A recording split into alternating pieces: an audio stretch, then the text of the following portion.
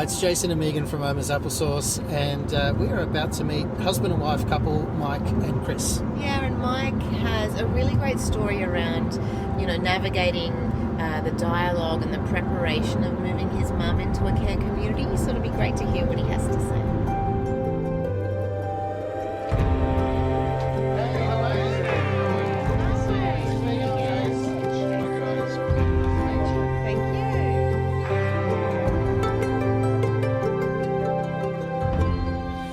Well, thank you so much for allowing us to come to your place today and chat about your mum as well. Pleasure to have you here. Thank you. And what we'd just love to know, tell us about Mum. Tell us everything that you remember about her. She was a really sharp individual. Actually, she had a really biting sense of humour. We used to watch Woody Allen movies together on Saturday mornings. We'd go to the video shop and we'd get videos and we'd just sit down. That'd be a Saturday morning. We'd watch videos together. And yeah, she was a sharp, incisive, funny woman. Had a really good turn of phrase. So what led her to needing to move into a care community? What sort of things were you noticing or not noticing? So I guess we noticed over time, didn't we, that her attention span was decreasing and her world was kind of getting smaller. Like she was finding more things a challenge, like driving for a certain distance. She was living by herself, so Mike's father had passed away a couple of years before that. And so we kind of thought some of the things we were noticing then maybe had been there, but he might have been covering them up. So it was really interesting because she lived there by herself and she was always a very independent woman. She liked her private time and she didn't like people invading. So we respected that. And it was only on little bits and visits that things started to come undone, I suppose. A really good close friend of hers said, your mum's memory. And we noticed that sort of triggered us to look a little bit more closely. And her short-term memory was the main sign that really made us think there was a problem. Prior to that, it was all those little absent-minded things that we didn't really I think put it was our at your stock dad's funeral and someone had come up to us and said, Mary actually called us to let us know 3 times. Yes. And that was really the first time we went, maybe she's just traumatised. Maybe it's just the sadness. But that was when we tried it. We went, maybe we need to look at this a little bit more. And then when you notice something like that, you start noticing it more. Like you become sensitised to it, and then you start ticking off all of the incidents. And she used to rely on a lot of people. This was a stage where she would go, I don't remember, what was that? And she would get people to tell her all the time. So she didn't have to spend any time in her memory remembering things because she would always refer to people. Which was really out of character for such a strong, independent woman. Yeah, because she knew stuff, and then, articles and reading books and things like that. She was a voracious reader and she had a really sharp mind, and that whole process of deferring to others for information and things like that just became second nature to her. So, what do I like? What do I like? Yeah, down to that. What do I like? Like asking other people what her own opinion was. We thought she was just quite contented. She wasn't really kind of feisty or like, I need this or that. And it's like, maybe that's not it. Yeah. So you saw Mum change. What did you put in place at home for Mum? So when it became apparent that there was definitely a problem, we got a ACAT assessment done. Well, actually, first we went to a memory clinic. I got her an appointment at a memory clinic, and she was officially diagnosed with dementia at that point. And even that process was interesting because it was a challenge. Well, it was a challenge to even get her to a medical appointment, wasn't it? Because she was one of these people. How do you get to a memory clinic? Like through your GP? Or? It's. I think that's what it was. Like I was saying earlier, the sequence of events gets so fuzzy in your mind, because it's such a journey and you're so reactive at every step along the way. With her. She doesn't need so to go everything to was a little bit covert. We had to say you have to go. We had to come up with some reason she had to be at this clinic, and she didn't fully realise why she was there. And a friend took her, and we met her there. And she had this scan, and they said she had dementia. And it was interesting, her reaction. She sat there while the doctor was explaining and showing the graph and showing the objective evidence of like a brain condition. And she was sitting there saying, "Oh God, could you imagine?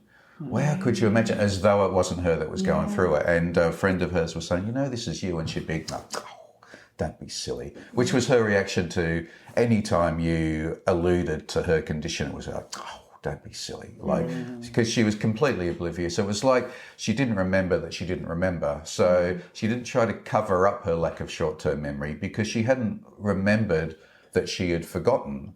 So yes, we got the diagnosis of dementia, and then we got shortly after that we got a fair while after that we got an ACAT assessment, and it was the same sort of thing. When the most challenging aspect for Mum was she had no idea there was anything wrong with her whatsoever.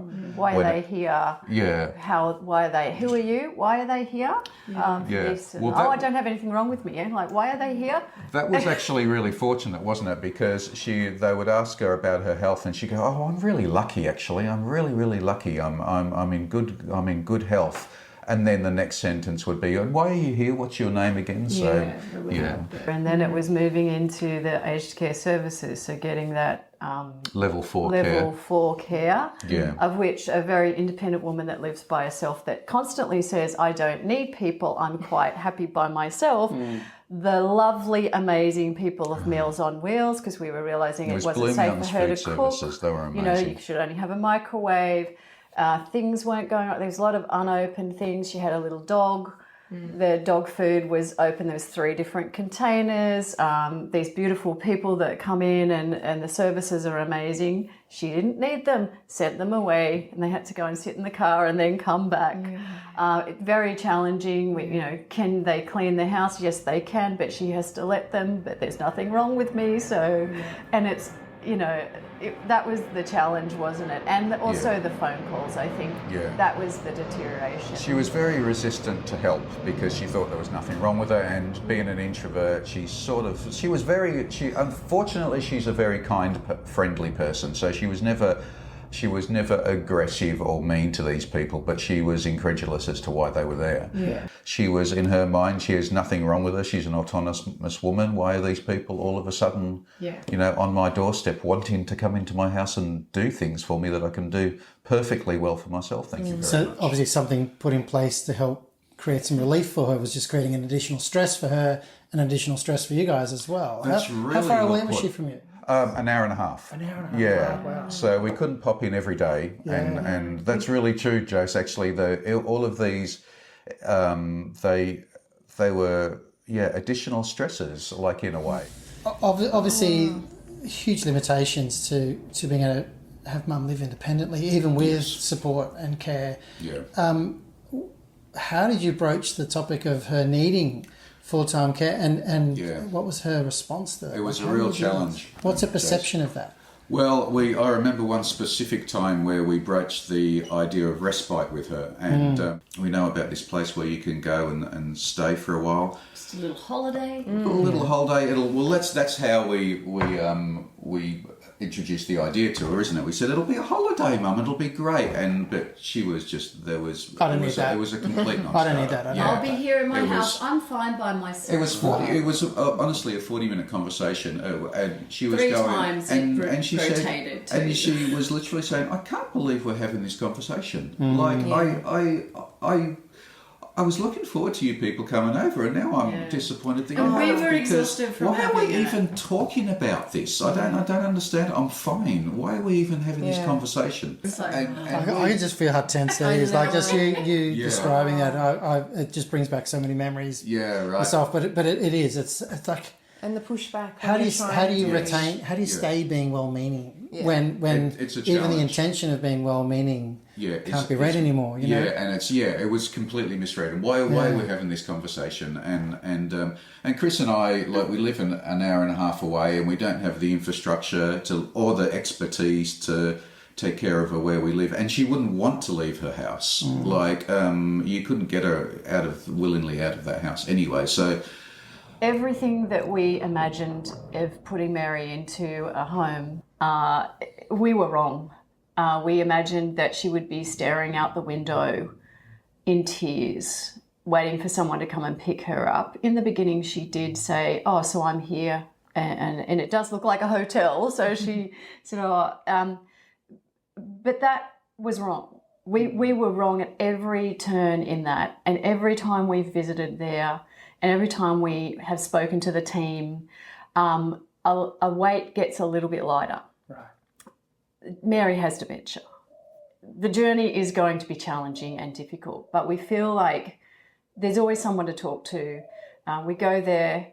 She's comfortable. She's bright. She's happy. You know, to a point, she's as pleasantly happy every day with her life as she has been, even to the point with the things that she missed during every day that she had her walk and things like that. She's not missing those. You know, she has now a lovely life, and that's the word, a life. She has a lifestyle there. But yeah, we've always left, every time we've seen her, we've left a little less anxious, which is the complete opposite experience that we had when she was living at home. And is that something you could even contemplate Definitely not. It's the best place for her to be, and it's the best place for us for her to be. Like you mentioned when we talked, Jace, about guilt triggers. I thought that was such a good phrase, and the guilt triggers have sort of essentially been removed now, and the anxiety triggers have sort of essentially been removed, like from Mum and from us, and so, and all of that's unexpected. Like we were so trepidatious about her going in. I certainly was. I really thought I would get the "what have you done to me? I don't belong here. When am I going home?" But the pleasant surprise for us has been, and it was funny when we first visited. I was like a kid that was up after his bedtime going down the stairwell. You know, I was peering around the corner to see where she was, and so nervous. What do they actually do here? And our first sight of Mum was she wasn't even in her room. She was at a table with other residents, and she was chatting. So I listened to her chat, and she's such an introvert. She always says she's not a people person, but she was there driving the conversation. Yeah. And as we walked up to her, we made eye contact with her, and she said, "Oh, what are you doing here?"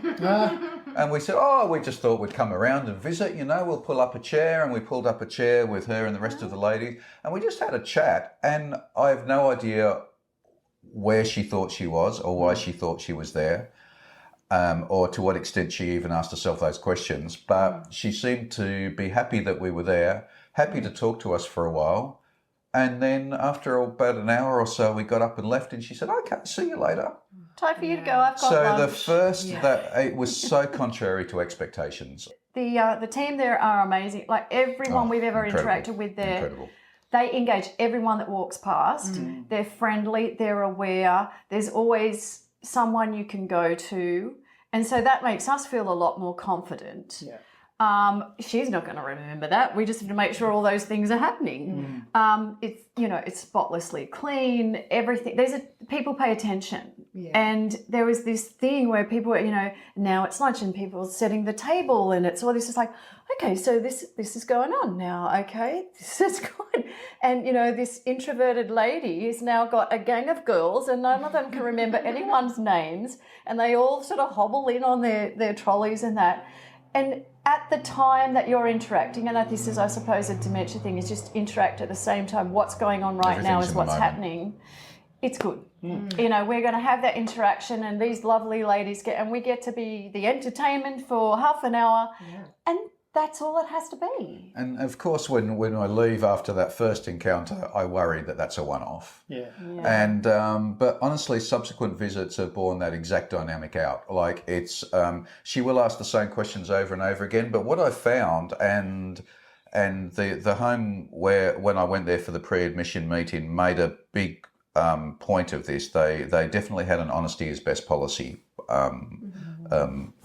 Philosophy, and so I have found now that I can be brutally honest with Mum. She'll say to me, "So what's happening with my car?" "Oh, we've sold it, Mum." "Oh, okay." "What's happening with the dog?" "We found a couple of people who are dog lovers. The dog's staying." Yeah. "What's happening with the house?" "Oh, we're selling it." "Oh, what's happening with my car?" "Oh, so it'll be the same questions over and over again. But what I don't get back from her is the, oh my God, what have you done? She just accepts it. It's like the emotional response isn't there. She's just so much more accepting of her circumstance than I ever thought. And she'll say, so how long am I here for? Am I here permanently? I'll say, yes, you are, Mum. Oh, okay. And she's even said that she likes the place, which was everything for me. Yeah. That was all I needed to hear. I said, it's nice here, Mum. And she goes, yeah, it is nice. That was everything I needed to hear. And so that's it. She's and every time it's been that, she's been, if anything, more accepting of the environment. That's been training for us, actually. Not so much her, because she's not going to, she's sort of, that it's been really good training for us. And it's like, be honest and just see what comes out. Don't try and make it a good story. Yeah. Don't try and manipulate a good story to the thing that you think will hear or hurt her less, or just, it's been really hard for us to yes, we've sold your house. Oh, right, okay. And look, we're very fortunate in the fact that's the reaction we're getting, because I'm sure that they can be very different, different individuals. But it's been really interesting for us to have to learn how to talk to her, and they have helped us do that. And it's quite a novel experience, because there was no cues that she would react this way from the woman I knew. From the woman who was resistant to the very idea of respite or care, and very resistant to going to the doctor. The people that wouldn't go to a doctor, wouldn't cooperate with the people that come around to help her. That woman compared to this woman who's now in care, that is just accepting, and she's, like Kris alluded earlier on about, she tended to hyperventilate about any of the smallest logistical challenge. There's none of that. She's much more, her demeanour, I mean, she's a woman with dementia, but her demeanour is the calmest I've seen it in literally years. Her biggest stress of the day is to remember her room key that she has as a bracelet on her, and she's got a Wonder Woman key. There's always someone a little bit not too far away. There's a variety of shows she can be watching. Whether she looks at that TV, it doesn't really matter. There's stimulus and activity. And that was one of the things we were really worried, because she lived in the end of a street by herself. One day would she fall over and no one would know for a few days. And now we don't have to worry about that. I think every metric for quality of life has improved, that you could point at. She's got more social interaction, and it's not too much, it's not too little than she had when she was at home. She's got less logistical challenges, and she's got no logistical challenges, and any logistical challenge was a huge challenge for her. So for a woman in her situation, everything you could point at is, as a metric for well-being, is improved. Looking back on your journey together, I can only imagine how much mind space this has opened up between you again as a couple. What words could you offer people from your experience that might help? I guess for me, I tended to catastrophize every step of the way, and you could definitely, there's no utility to it, and it's probably not. It's not just the least useful story you can tell yourself; it's also the least plausible story, as it turned out. It serves no purpose to catastrophize and tell yourself these negative stories. And it's the stories that track reality the least, in my experience.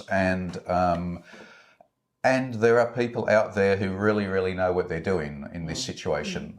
And it's hard to kind of not micromanage all of these bits and pieces, and not obsess over all the moving parts. But there are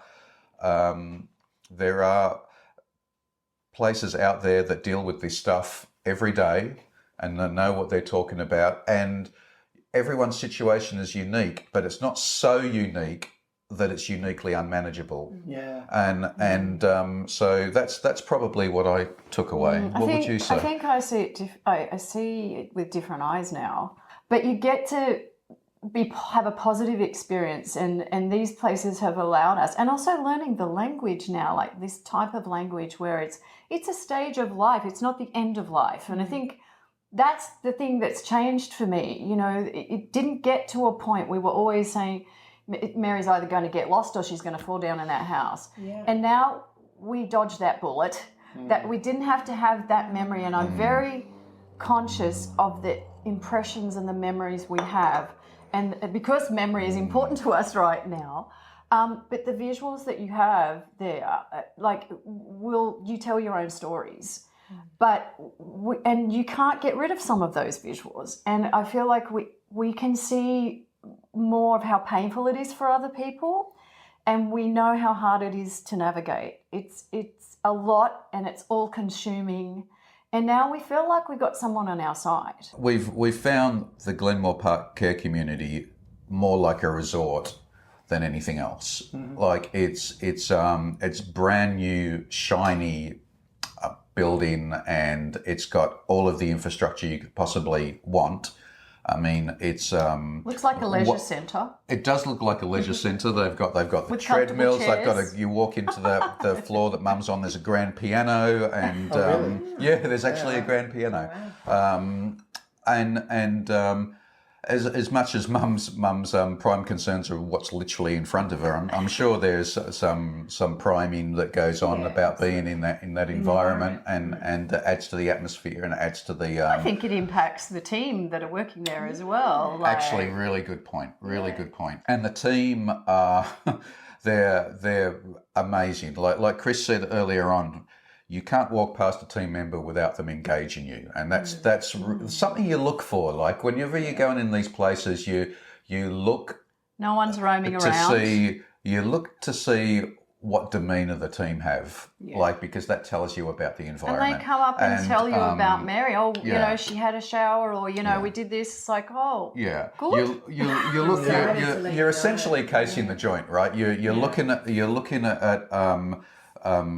how the people that are there are reacting to it, their level of comfort, and you're looking at the team themselves and how happy they are to be there. And it's nothing but positive reinforcement. We even have the chef come and visit us because Mary's vegetarian, and we noticed when they get to order their meal, whether they can remember that or not, I don't know, it doesn't really matter, but come round in the morning and order your lunch. And we mentioned that she's vegetarian, there wasn't a lot there. Within half an hour, the chef had come up to our table while we were having a cup of tea and said, what can we offer you? Let's get a customised plan, because she's not going to remember to order. It's like, okay, how about these 5 different things? And he also said to us, well, if she has that, she's not having enough protein, we'll balance this. And it's like, wow, we wouldn't have even thought of that. So that was really refreshing. And they have a registered nurse on every floor, and who was very, very easily accessible. We went and talked to him for a while, and he was really helpful. And the manager, even though it's not in your office, every time we've been there, she's hands on, as in no hands touching, but she's at a situation. If someone's wanting to do something, and the staff, she's got 3 staff with her. They're having a lot of dialogue. There's a lot of conversations. It's the most engaged general manager you're ever going to see, Tricia. Yeah, and she even notices you when you walk in. And she remembers my name and remembers my specific circumstances, which amazed me. But every time I walk in, she's engaging with the people there. Asking them how their day is, wheeling their walkers around, and the most engaged, invested GM I've ever seen. She took a coffee from the cafe and handed it to one of the visitors. I was like, wow, you do everything. She said, And that's obviously why they're the things you look for. Yeah, that sort of effort's rewarded. Yeah, all those boxes you want to have ticked, in terms of culture. Thank you so much for sharing everything. Absolute pleasure. I feel like I've just learned so much. Same. How you're explaining, like, it's not end of life, like it's this life, it's another stage of life, and that you have so much peace of mind. I just learned so much in that. So many parallels with our journey as well, but just so wonderful to hear that you guys are doing really well as well. It's great to be able to say. It's nice to talk about it, because you never really can talk too much about that. And sort of reiterated that we did the right thing. Like, this is a good thing. Like, she's in a great place. Love hearing that you feel like it's the right thing, and that you've made peace with yourself, or making peace with yourself and those decisions. For sure. Yeah.